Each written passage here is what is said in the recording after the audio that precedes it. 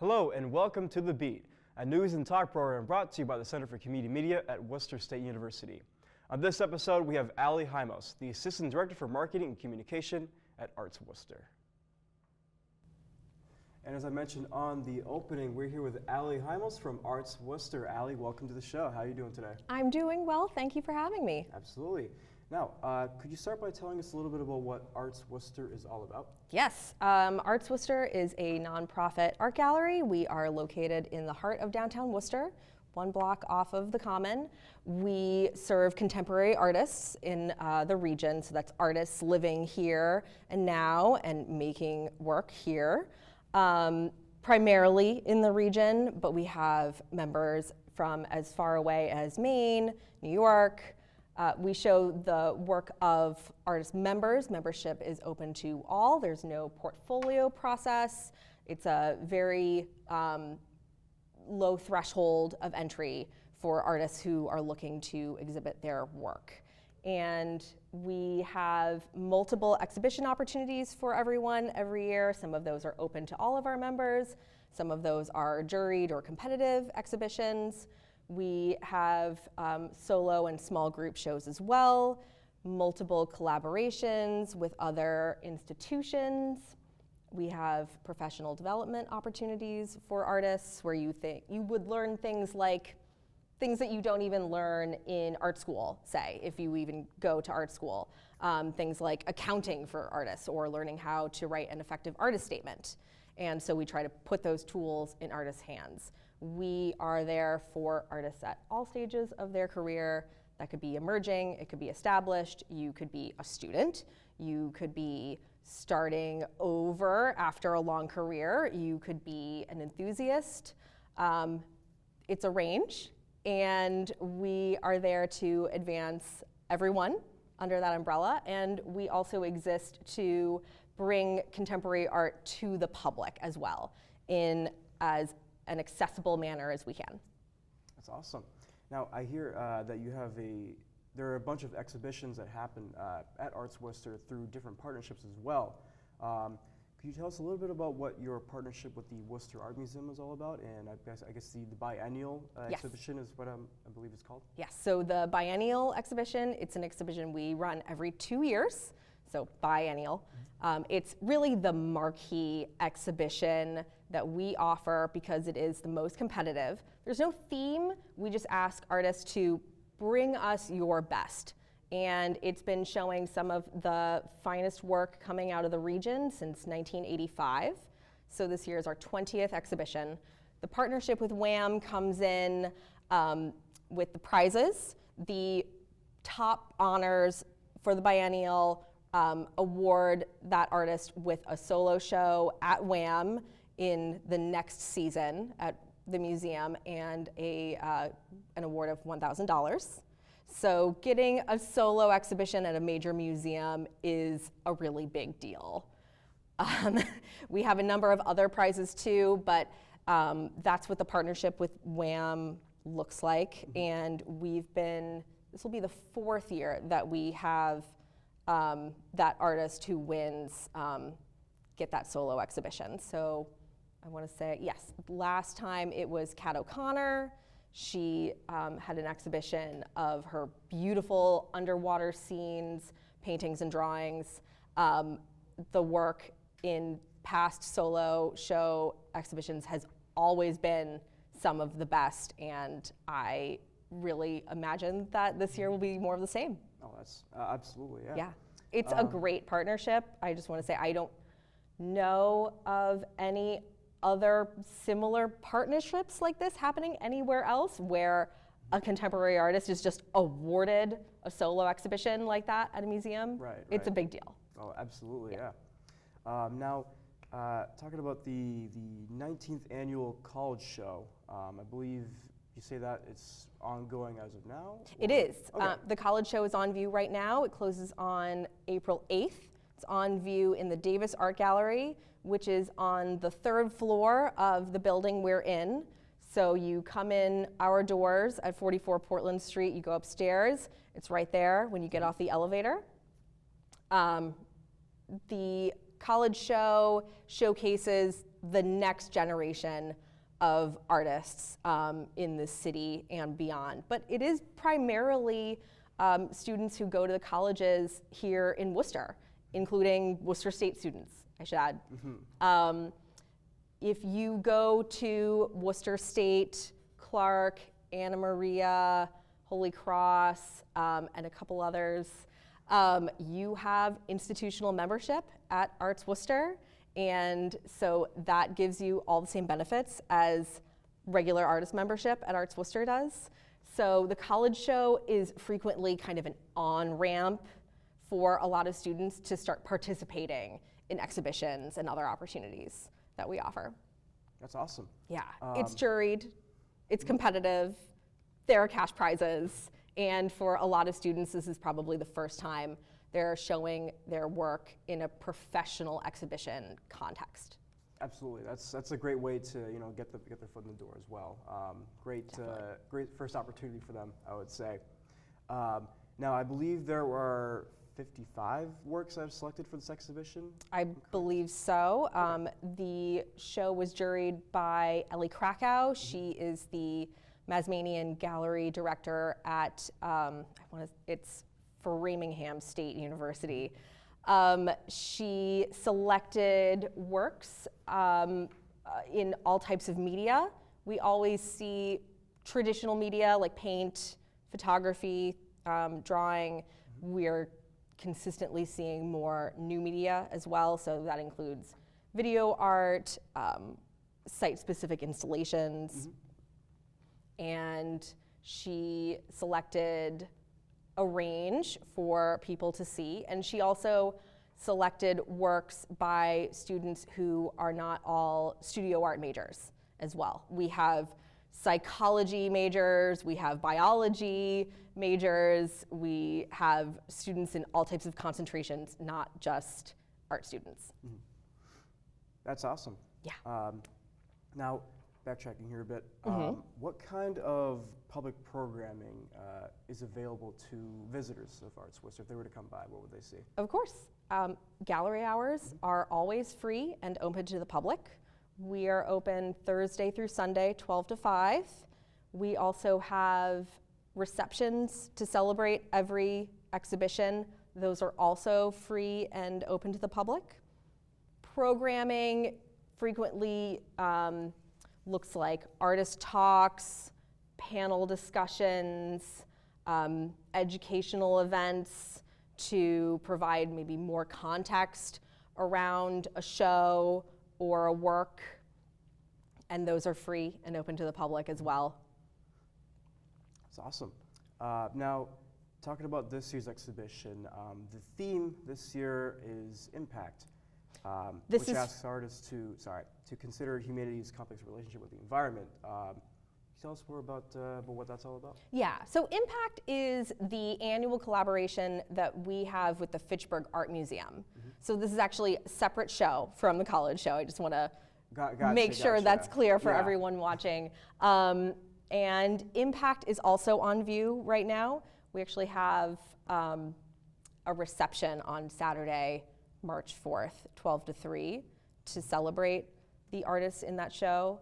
So Impact is part of our call and response partnership with FAM. And the way that works is we sit down with FAM, we select a theme for the year. They pick 10 pieces from their permanent collection, which I should add is extensive and impressive. They select 10 works that support that theme. So this year we wanted to look at the environment and the ways that human beings and the environment impact one another. And that incorporates a whole host of themes in itself. Some artists are gonna want to focus on the raw materials that the earth provides. Some people are incited to create work in response to the current climate crisis. And that's all on the table. And we get these 10 works from FAM loaned to us. They go on view in our galleries so that people can come in, look at the work, engage with the pieces, and decide what they want to make or bring in that responds to one or more of those works. So FAM creates the criteria for the call, and our artists are part of the response. The resulting exhibition features those works that artist members create, and then FAM's curatorial staff selects 10 works made by our artist membership to go on view at FAM later on this year. So that's also a really big deal to have a museum credential on your CV. Absolutely, yeah. Now, talking about FAM here and the whole, you were just talking about the call and response collaboration. How did this all start, and how has it evolved over the years? What would you say? It started 11 years ago. It started out as a conversation between my boss, Juliette Feibel, who's the executive director, and Nick Capasso, who is the director at FAM. We wanted to make more of a deeper connection between Worcester and Fitchburg, and just a little plug for FAM. If you haven't been up to Fitchburg to the museum, I would encourage you to go because it's an absolute gem of a museum, and they have an extensive photography collection. They're really committed to showing the work of contemporary artists, and they also do great things in the community in Fitchburg as well. The first year that we had this call and response collaboration, we started just with the African art collection at FAM, and every successive year we've bopped around to other themes. So past themes have included Inside Voices, that was focusing on interior spaces, both physical spaces that you can inhabit and also psychological spaces as well. We had a show last year called Material Matters, where we asked artists to consider the materials that they use to create work. And that was last year. It was the 10th anniversary of this collaboration. So we actually returned to the African art collection at FAM to serve as the inspiration for that. That's awesome. Yeah. Thank you for that. Now, sorry, let's see here. So now, going back to the biennial here, how do you hope that the Sally Bishop Prize, I know you mentioned there are a bunch of different prizes that you have partnered with the Worcester Arts Museum as well. How do you hope that prize and other honors as well will impact the careers of these winning artists? I know, like every exhibition here, it's kind of like it's a big step for them to move forward in their careers. How do you think something like that would impact their future? And also, if there are any examples of how past winners have gone on to further success in their careers, what would you say about that? Sure. So just getting work accepted into a show like the biennial is a big deal because it's so competitive. Right. So we'll probably have upwards of 250 submissions for that show, and we'll probably end up with somewhere between 55 and 75 works that we can actually show, and honestly 75 is probably way too many as it is. So it's a very difficult show to get into. It's always a big deal if you can put a show like that on your artist CV. Then, of course, if you're selected as a prize winner, that is an even bigger step for an artist to take. And the Sally Bishop Prize, being the brass ring of those honors, is just momentous. I mean, to have a solo exhibition at a major museum like WAM, that is an intense experience for an artist. It gives them real-time insight into how a show like that is produced in a museum setting, and obviously it's validation for that artist, and it gives you a bigger platform to stand on. So if you have a show at WAM then you're also being supported by the communications department at WAM. You're more likely to get press for an exhibition like that. And you have, I mean, if we have 4,000 people coming through our doors in a season, WAM's got to have far more eyeballs, I would imagine. So getting your work in front of that audience is I want to say priceless, but the prize also comes with $1,000, which never hurts. Absolutely, yeah. Now, thinking about if there are any artists that want to submit their work to these different exhibitions, who would they go to, or where would they initially inquire about submitting their work for these exhibitions? What's the process like for that? Right. So if you join as a member, then we let you know when we have a call for art, whatever that call might be. If you are interested in joining as a member, then you can talk to anyone there that you meet. And if you have questions about a call or you want to talk to somebody about how the process works, you can also talk about that with any of us. All of our submissions are done online, and that allows, especially for the juried shows, it allows jurors to look through submissions in a blind manner without being privy to names of the artists who submit.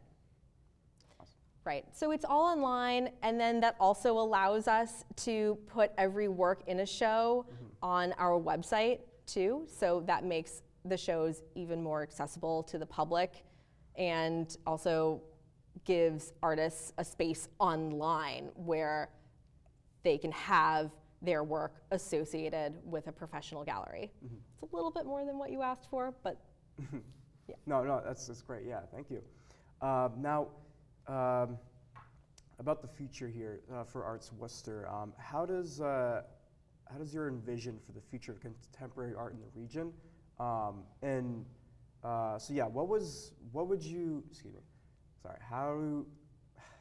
How does ArtsWorcester envision the future of contemporary art in this region? And also, what are some of the organization's goals for supporting different artists like this that come to the exhibitions? And I know you mentioned also you have a different program for the public as well in the coming years. What's the future have in stake for ArtsWorcester? More of everything that we're currently offering, and just more prizes for artists, continuing to find themes for exhibitions that are enticing for artists and also at times challenging for them as well. We want to continue with more collaborations and partnerships with other organizations in the city and the region, and that's going to allow us to reach more audiences and more artists as well. We are committed to keeping gallery hours free and open to the public.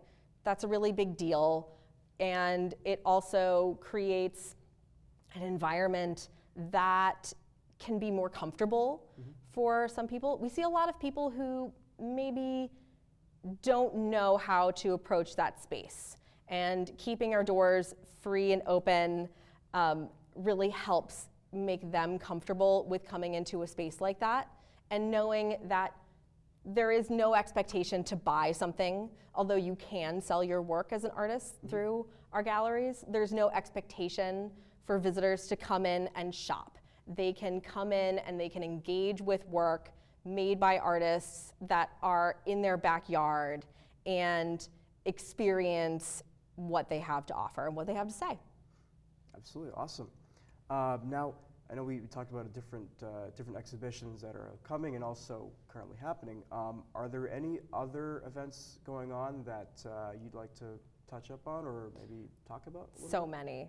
There's so many. So we have a public reception for Impact on Saturday, the 4th. We have a flash sale event on Saturday, March 11th called Art on the Line, and it is a fundraiser for us, but it is also a way to engage in the galleries in a really fun manner. So it's this fast and furious art sale. People line up at the doors. We have all these two-dimensional, usually works on paper that we suspend from the ceiling on strings and binder clips. And so they're arranged in a bunch of different rows, hanging from the ceiling in there. There's no preview of the works available. People come through the doors at 5 o'clock and they grab whatever they would like to buy. Everything is priced at $20. All the proceeds support our youth and community programs. It is a great opportunity for people to start a collection, expand a collection, maybe buy work by an artist that you typically might not be able to afford because everything is priced at $20. It's an opportunity for artists to get their work in front of new audiences, new eyeballs, which is always a really big deal for an artist. And it's a lot of fun. You see, because we have a maximum of 4 or 5 works that people can buy this year, you see people trading pieces like baseball cards. You see people kind of rushing in there and looking through everything in this really frenzied manner, and it goes really fast, but it's a lot of fun. So that's happening on the 11th, and then after that, we have the biennial opening in May, which is always such a wonderful show, and the reception is always a lot of fun, and that reception, like all the others, will be free and open to the public, so that's going to be happening in early May. That's awesome. It does sound like a lot of fun, honestly. Yeah. Now, where can maybe just people who want to buy works of art or just take a look at them, and also artists, where would they go to maybe learn more about ArtsWorcester? Is there any pages they can check out, the website? Where would they go to learn more and maybe become a member if they'd like? Where would they go for that? Yeah, so if you're interested in visiting, in joining as an artist member, in just learning more about what exhibitions we have, you can go to our website. It's artsworcester.org. You could also follow us on social media. We're at ArtsWorcester for everything. Instagram, Facebook, Twitter, what have you. And we showcase a lot of current works on view through all of those various platforms. If you want to look at exhibitions that are on view now or even in the past and you can't make it to the galleries, you can also do that on our website because we have every work that's on view in the galleries also on view online. That's awesome. Allie, you've been amazing. Thank you so much. Thank you. And that has been this episode of The Beat. Thanks for tuning in.